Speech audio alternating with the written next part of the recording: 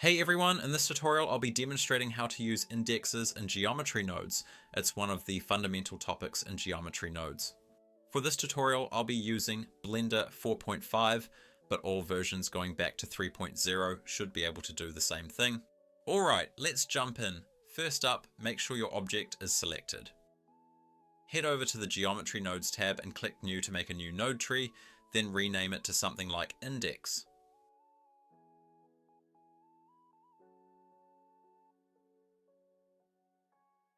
Delete the group input node and add a curve line node to replace it.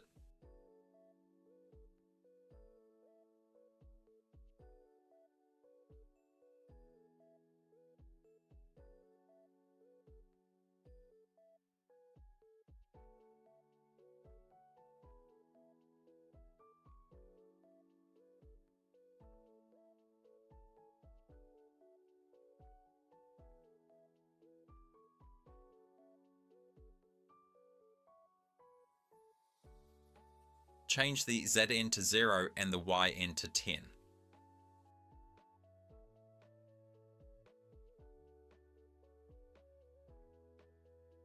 Right now, the line only has 2 points, one at the start and one at the end.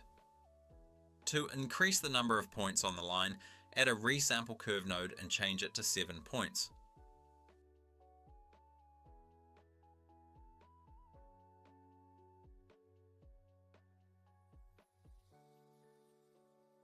If you look in the top left window, this is the spreadsheet. The control points show 7 points 0 to 6. The point count always starts at 0. To view the points, Shift plus Control plus left click on the resample curve node, which is a Node Wrangler shortcut. I've added a link to a short tutorial about Node Wrangler that I made in the top right.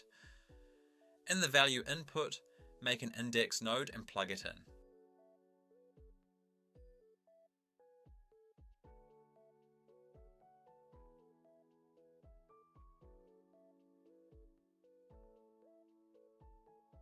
In overlays, turn on attribute text, and on the line you can now see the 7 points.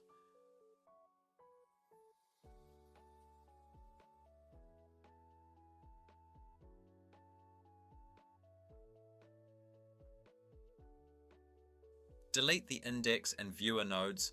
We'll now use the points on the line.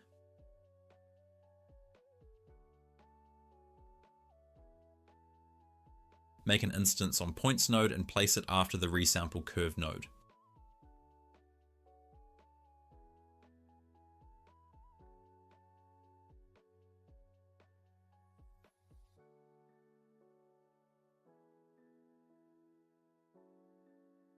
From the instance input, drag out a connection and add a cube node.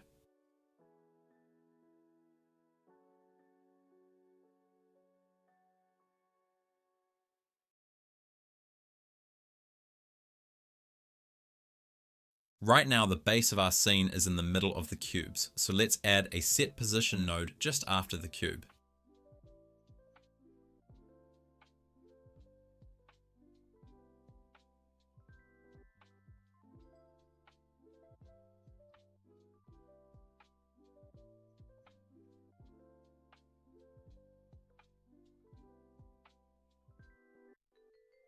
Make a combine XYZ node and plug it into the offset of the set position node.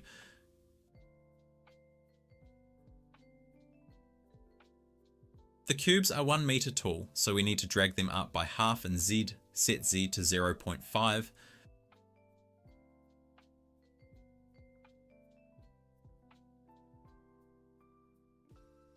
Now the cubes are sitting nicely on the scene base. Next we'll change the height, Z scale of each cube based on its index.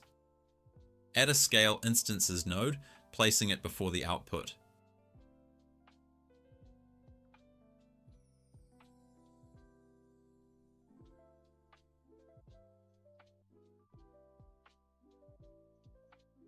Make a new index node after it, then a math node.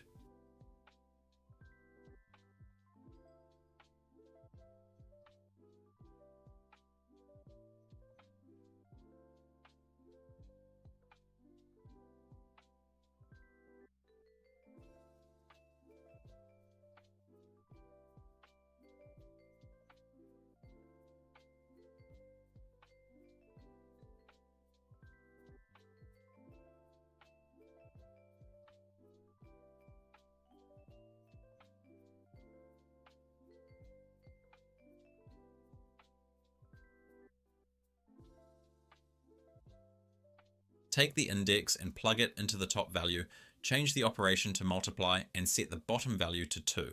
This doubles every index, changing the height of each cube. Make a combine x, y, z node.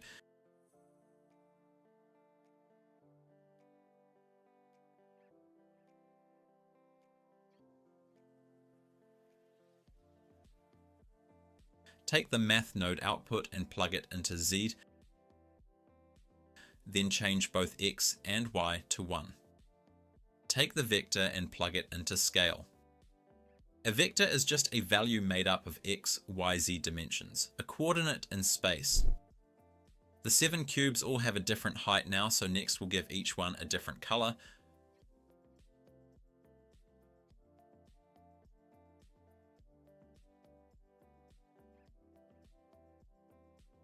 After the scale instances, add a store named attribute node.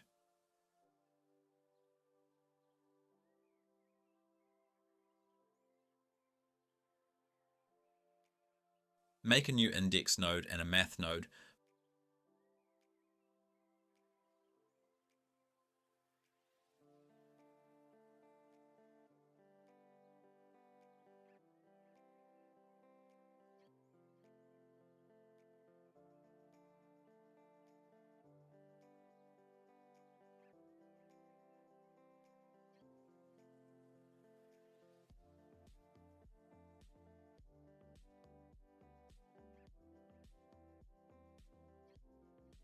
Plug the index into the top value, change the operation to divide, and set the bottom value to 7.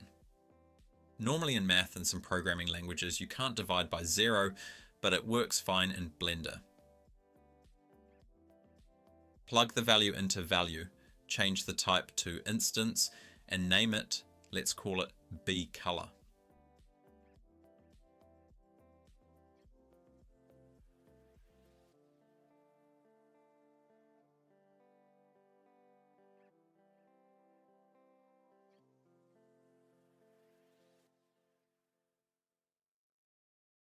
After that, make a set material node and select the default material from its list.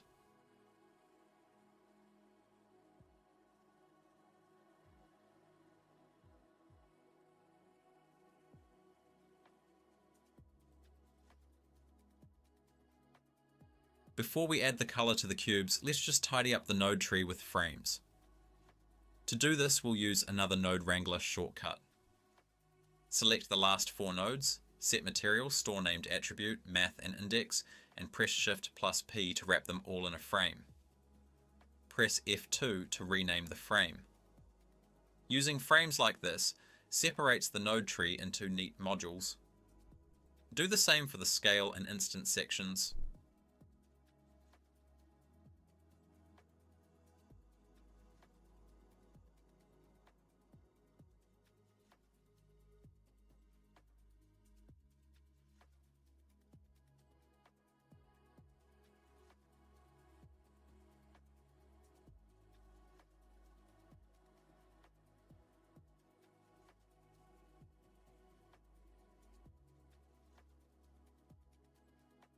Change the viewport to rendered, drag the spreadsheet to the left to close it down,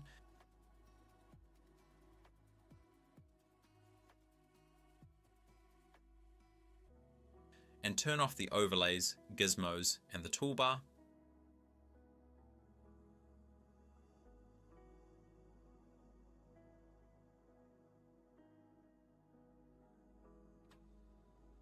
Move over to the shading tab, where we'll give a different color to every cube. Change the viewport to rendered, make an attribute node,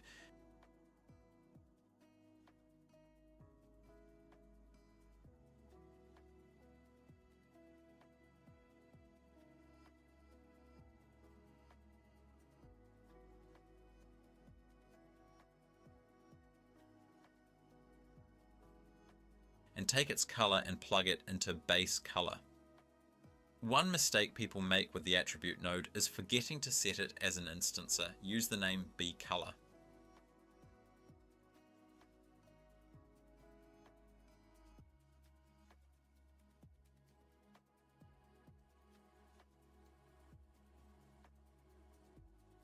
The color will change from black to a lighter gray on the cubes, but we want more color, so add a color ramp in the middle of the connection.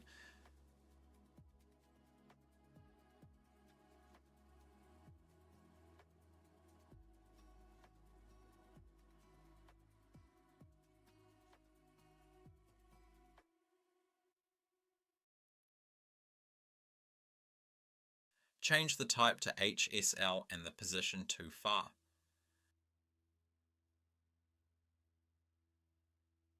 Change both color tabs to similar colors. This creates a range of colors.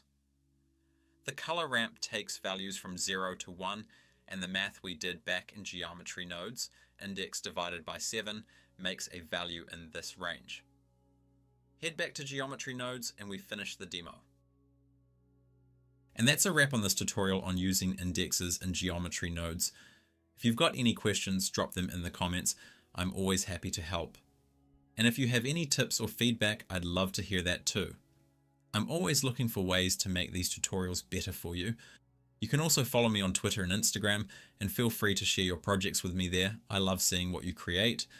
And of course, if you enjoyed the video, don't forget to like and subscribe for more Blender tutorials.